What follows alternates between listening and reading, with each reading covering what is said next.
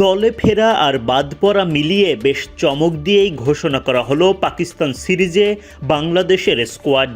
দলে ফিরেছেন wicketkeeper batter Liton Das, গতির রাজা নাহিদ রানা, কপাল পুড়েছে জাকের আলী অনিক, নুরুল হাসান সোহানের। ওদিকে চমক দেখিয়ে 16 মাস পর আবারও বাংলাদেশ স্কোয়াডে আফিফ হোসেন ধ্রুব। চোটের কারণে এই সিরিজে খেলা হচ্ছে না তানজিম সাকিব, হাসান মাহমুদের। পাকিস্তান সিরিজেও ওপেনিংয়ের জন্য অবধারিত চয়েস তানজিদ তামিম।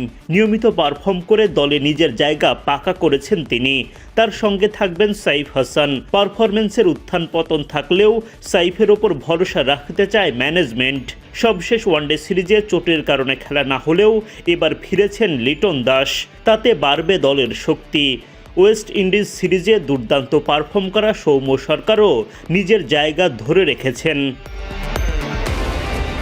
ওয়ানডেতে বাংলাদেশ দলের ব্যাটিং স্তম্ভ তো নাজমুল শান্ত, মিডল অর্ডারে থাকবেন তাওহিদ হৃদয়।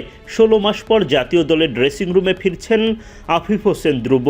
ব্যাটে তো বটেই, বোলিংয়ে সুযোগ পেলেও নিজেকে উজাড় করে দেবেন। দলে জায়গা ধরে রেখেছেন উইকেটকিপার ব্যাটার মাহিদুল ইসলাম অঙ্কনও।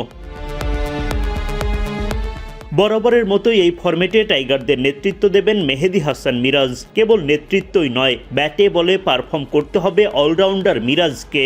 এদিকে স্পিন বিভাগে মিরাজের সাথে নেতৃত্ব দেবেন লেগ স্পিনার রিশাদ হোসেন। এই বিভাগে আরও থাকছেন তানভীর ইসলাম। ঘরের মাঠে 4 পেসার নিয়ে স্কোয়াড সাজিয়েছে বাংলাদেশ। কাটার মাস্টার মুস্তাফিজুর রহমান তো আছেনই, তার সাথে আরও অভিজ্ঞ বোলার তাসকিন আহমেদ। বাহাতি বোলার শরীফুল ইসলাম দেখাবেন চমক, গতির ঝড় তুলবেন নাহিদ রানা। এক নজরে পাকিস্তান সিরিজে বাংলাদেশের পূর্ণাঙ্গ স্কোয়াড।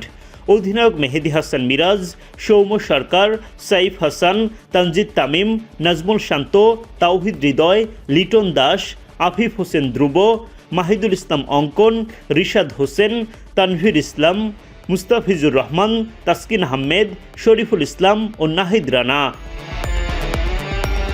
এদিকে নির্ধারিত সূচি অনুযায়ী পাকিস্তান দল আগামী 9 মার্চ বাংলাদেশে পৌঁছাবে এবং 11 মার্চ শেরেবাংলা জাতীয় ক্রিকেট স্টেডিয়ামে স্বাগতিকদের বিপক্ষে প্রথম ওয়ানডে খেলবে।